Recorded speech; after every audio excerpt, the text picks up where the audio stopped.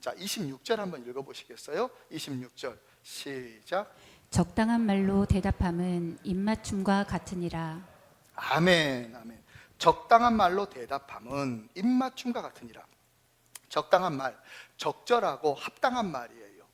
아주 시기적절하고 아주 합당한 말로 대답을 잘하면 입맞춤과 같아요. 입맞춤을 불러일으키는 것과 같은 거예요. 입맞춤은 서양 사람들이 하는 인사이기도 하지만 입맞춤은요, 그 상대에 대한 사랑과 경의를 표하는 그런 표현이기도 했어요. 왜 예수님의 발에 입을 맞췄던 베다니 마리아 있잖아요. 그녀가 예수님의 발에 입을 맞춘 것은요, 예수님에 대한 사랑과 존경을 표했던 거죠. 입맞춤은요, 사랑과 존경과 경의를 표현하는 표현이기도 해요. 시기적절하고 합당한 그런 말은요, 그런 대답은요, 사랑과 경의를 불러일으켜요. 또 오늘 본문 25장 11절도 마저 읽어보십시다. 25장 11절 자, 시작. 경우에 합당한 말은 아로새긴 은 쟁반의 금 사관이라. 아멘. 경우에 합당한 말은 아로새긴 은쟁반의 금사관이라. 경우에 합당한, 아주 경우에 바르고 아주 적절한 말은 아로새긴 은쟁반의 금사과와 같대요.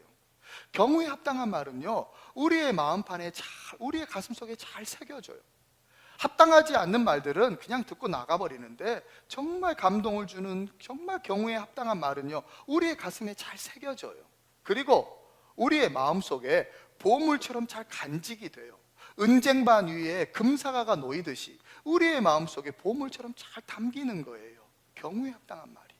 정리해 볼까요? 경우에 합당한 말은요, 칭찬과 박수와 공감을 불러일으켜요. 경우에 합당한 말은요, 사랑과 경의를 불러일으켜요.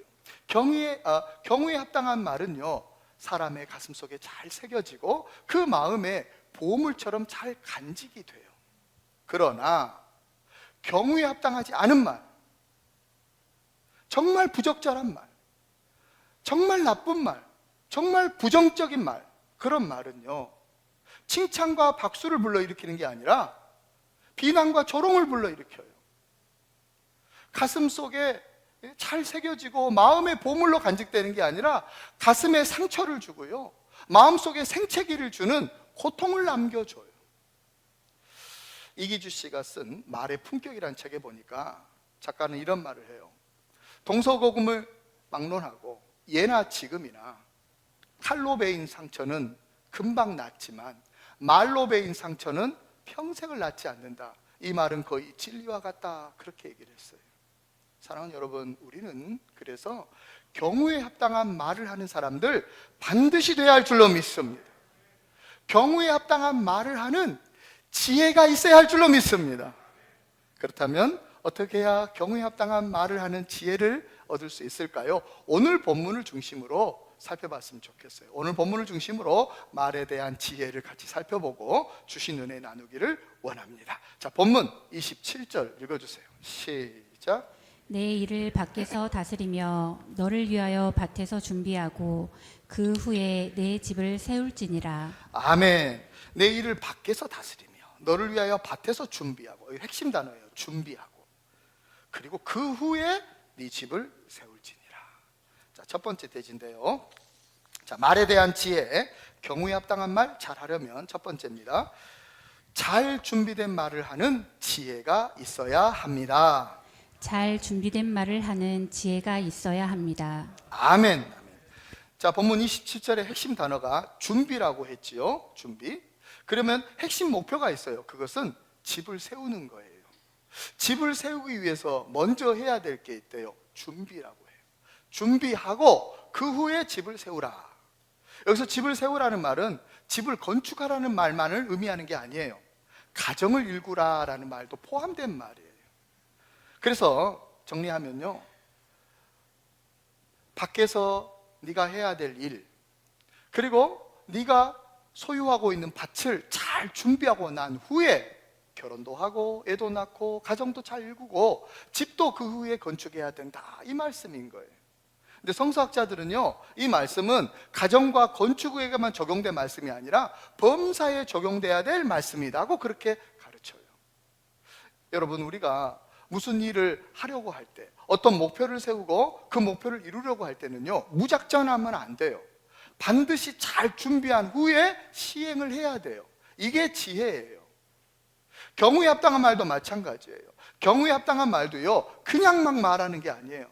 잘 준비한 후에 말을 하는 거, 이게 경우에 합당한 말을 하는 첫 번째 지혜예요. 잘 준비한 후에 말을 해야 돼요. 여러분, 우리는 정말 많은 말을 하면서 삽니다. 그런데 그거 아세요? 우리의 말에는요, 귀소 본능이 있대요. 우리의 말은 결국 돌고 돌아서 자기한테 온다라는 거예요. 사람의 품격은 그 사람의 분위기나 그 사람의 옷차림에서 나오는 게 아니래요. 그 사람의 말에서 나온다고 말해요. 잘 준비된 말을 구체적으로요, 말씀드리기 전에 잘 준비된 말에 기본이 있다는 말씀을 드리고 싶어요. 잘 준비된 말에 기본이 있어요. 그건 뭐냐면 논리와 근거가 있는 말이에요. 논리와 근거가 있어야 공감도 일으키고 설득도 할 수 있는 거예요. 근데 논리도 없고 근거도 빈약하면요, 공감도 안 되고 설득도 안 돼요. 우리는 논리가 있고 근거가 있는 말, 그래서 이렇게 잘 준비된 말을 하는, 경우에 합당한 말을 할 줄 아는 품격 있는 사람들이 반드시 돼야 할 줄로 믿습니다. 그저 말이라고 막 하고 그저 그냥 아무 말이나 쏟는 저급한 인생들이 아니라, 우리는 예수를 믿는 예수님의 제자로 사는 사람들이잖아요. 우리는 품격 있게 살아야 되잖아요. 사람의 품격은 옷에서 나온 게 아니래요. 사람의 품격은 분위기에서 나오는 게 아니래요. 그 사람의 말에서 나오는데, 잘 준비된 말은요, 논리와 근거가 있는 말이래요. 우리 이렇게 잘 준비된 말로 품격 있는 사람들, 경우에 합당한 말을 하는 사람들이 우리들 되기를 축복합니다. 두 번째는요, 그 다음 절 읽어볼까요? 그 다음 절 28절 시작. 너는 까닭 없이 내 이웃을 쳐서 증인이 되지 말며 내 입술로 속이지 말지니라. 아멘. 말에 대한 지혜 두 번째입니다. 경우에 합당한 말 잘하려면 신중하게 말하는 지혜가 있어야 합니다. 신중하게 말하는 지혜가 있어야 합니다. 아멘. 너는 까닭 없이 내 이웃을 쳐서 증인되지 말며 내 입술로 속이지 말지니라. 28절 본문은요, 거짓 증인이 되거나 거짓말로 속이지 말라고 경고합니다. 참 안타까운 것은요, 한국 사람들이 거짓말 참 잘한대요. 믿고 싶지 않지만 이런 말이 있어요. 미국 사람들이나 일본 사람들은 거짓말하면 잘 못 살지만 한국 사람들은 거짓말을 안 하면 잘 못 산다, 이런 말이 있대요. 진짜 동의하고 싶지 않은 기분 나쁜 말인데 이런 말이 있대요. 그런데 이 말에 근거가 있더라고요. 도산 안창호 선생님이 하셨던 말 중에 조선이 망한 이유가 있었어요. 조선이 망한 이유는 일본인 때문이 아니라 조선인의 거짓말 때문이다, 통탄했어요. 당시 그 구한말 시대에 거짓과 무능과 부정과 부패가 팽배했던 이 조선 사회를 바라보면서 통탄해서 했단 말이에요. 조선이 망한 이유는 일본인 때문이 아니라 조선인의 거짓말 때문이더라고. 그래서인지요, 조선 사람이 한국 사람들한테는 이 거짓에 대한 DNA가 있나 봐요. 거짓에 대해서 너무너무 익숙해요. 거짓말인지 뻔히 하면서 표 찍어줘요. 저 사람 거짓말 하는데 하면서 표 찍어줘 버려요. 거짓에 익숙해져가지고. 예? 너도 나도 거짓을 해요. 겉과 속이 달라요. 이게 문화가 돼버리고, 이게 체면이 돼가지고요, 거짓을 표현해요. 겉으로는 괜찮습니다, 속으로는 안 괜찮아요. 앞에서는 하세요, 뒤에서는 못해야 됩니다. 이게 체면과 이 문화가, 양반 문화와 체면이 겉과 속이 다른 거짓된 행동을 하게 만들잖아요. 거짓이에요. 한국 사람의 이 거짓된 행동, 거짓말에 대해서 통탄했어요. 그런데 안창호 선생 못지않게 자국민의 거짓에 대해서 자국민들이 정말 거짓말한다고 통탄했던 또 위대한 인물이 한 사람이 있어요. 고대 시대의 철학자여 또 선각자였던 에피메네데스라는 사람이에요. 그는 플라톤이 언급할 정도로 아주 훌륭한 철학자였습니다. 뛰어난 선각자이기도 했어요. 근데 그가 이런 말을 해요. 크레타 사람들은 다 거짓말장이다. 자기가 크레타 출신이거든요. 크레타는 성경에 그레데라고 나와요. 그레데 섬 있잖아요. 지중해 연안에 있는 큰 섬, 크레타 섬, 여러분 아실 거예요. 이 그리스 바로 밑에 있는 섬이죠. 그가 크레타 출신이에요. 근데 크레타 사람들은 거짓말쟁이들이 많다고 통탄하면서 크레타 사람들은 거짓말쟁이다라고 외쳤는데, 이 유명한 말이 너무 유명해서요, 성경에도 기록되어 있어요. 성경 찾아보십시다. 디도서 1장 12절로 13절입니다. 시작. 그레데인 중에 어떤 선지자가 말하되 그레데인들은 항상 거짓말쟁이며 악한 짐승이며 배만 위하는 게으름뱅이라 하니 이 증언이 참되도다. 아멘. 사도 바울이요, 디도에게 한 말이에요. 그레데 사람들은 거짓말장이라고 어떤 선각자가 얘기를 했는데 그 말이 참되다, 그 말 맞다라는 거예요. 디도에게 이 말을 해줘요. 왜 디도에게 이 말을 해줬을까요? 디도가 지금 그레데 섬에서 목회하고 있기 때문에. 겉과 속이 다른 사람들 사이에서 목회하고 있으니 얼마나 힘들겠어요. 말로는 괜찮습니다 하는데 속으로는 안 괜찮은 사람들 사이에서 목회하고 있으니 얼마나 고통스럽겠어요. 그런 디도에게 했던 말이 이 말이에요. 에피메네데스가 했던 말, 그 말 진짜다. 그렇다면 왜 바울은 디도에게 이 편지를 쓴 걸까요? 이 편지를 썼던 굉장히 중요한 이유는요, 그레데에 디도를 남겨둔 이유는 장로를 뽑기 위해서다라고 성경은 알려줘요. 장로를 뽑고 그리고 돕는 이 직분자들을 세우라고 바울은 디도에게 권면을 해줍니다. 그 지역에서 목회하기 힘들 거 아니에요. 그러니까 돕는 동역자가 있어야 되잖아요. 좋은 장로를 뽑으라고. 그래야 거짓말쟁이들이 가득한 그곳에서 잘 목회할 수 있지 않겠냐 권면하는 거죠. 자, 말씀 계속 이어가 볼까요? 1장, 디도서 1장 9절입니다. 자, 시작.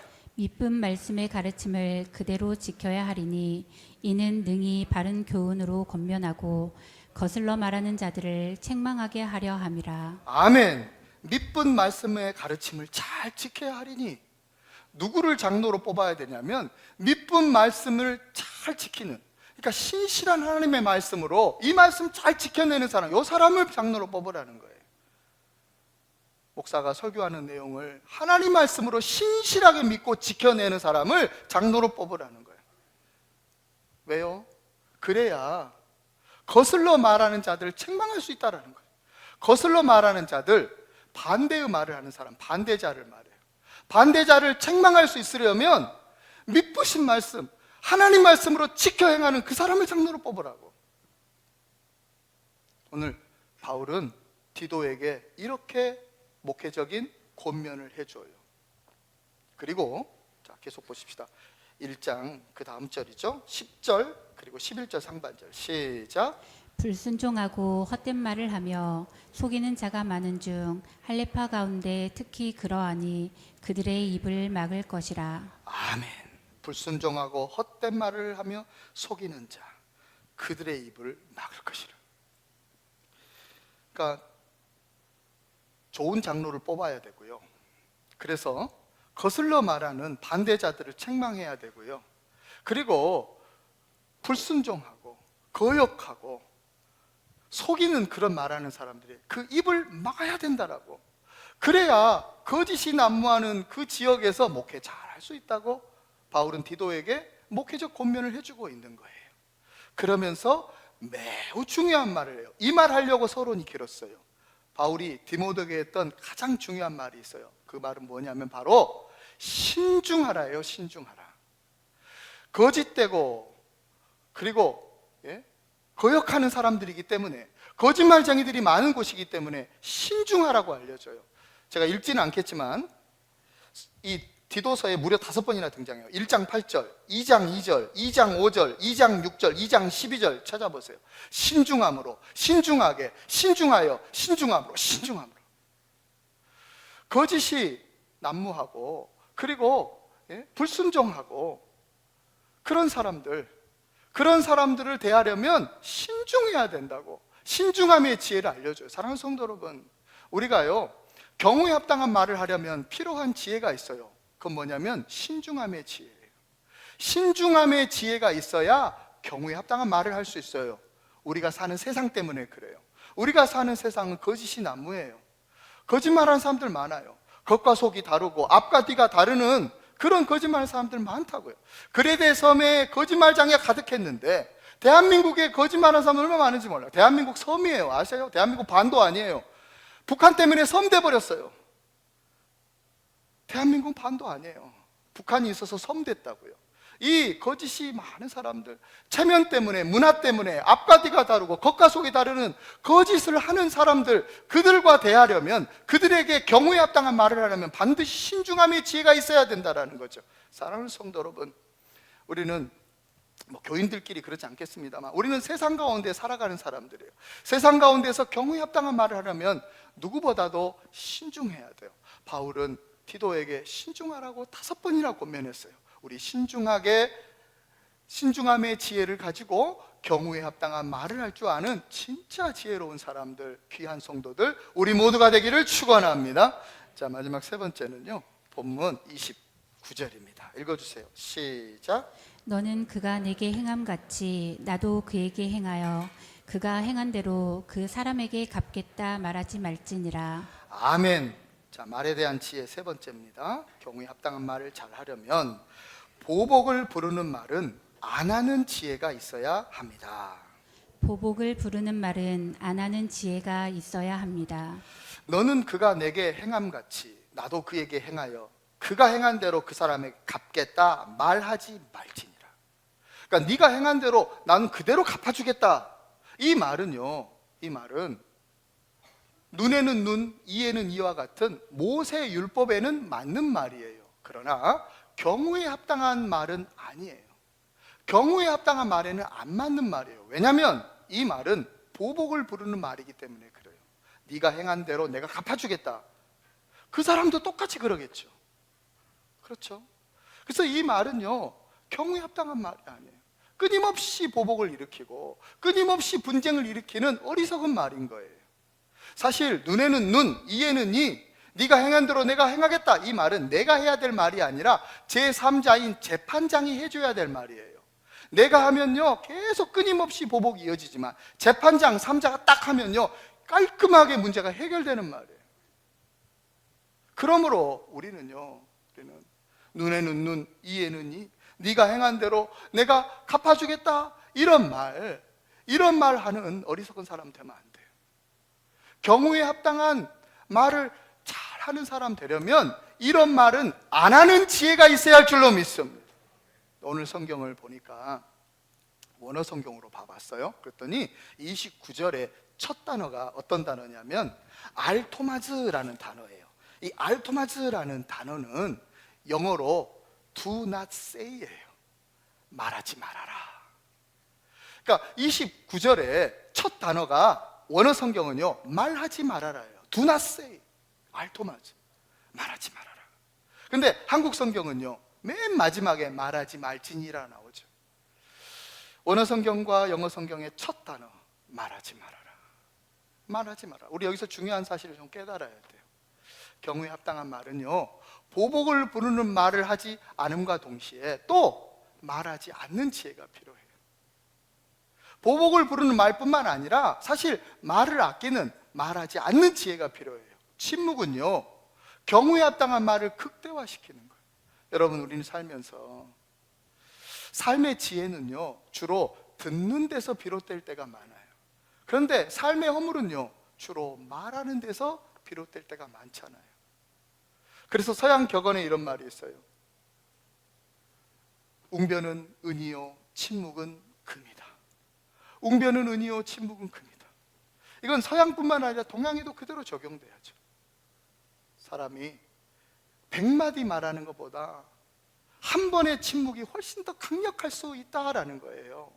2011년도였습니다. 버락 오바마 대통령이 아리조나주에서 총격 사건이 일어났을 때 그곳에 추도식에 참석했어요. 오바마 대통령이 추도식에 참석해서 연설을 합니다. 그런데 연설 도중에 그 사망했던 어느 소녀 이름을 부르다가 말을 멈춰버려요. 크리스티나인가 될 거예요. 크리스티나 하면서 말을 멈춰요. 침묵해버려요. 긴 침묵의 시간이 흘러요. 무려 51초 동안 오바마 대통령이 아무 말도 안 해버려요. 강단에서.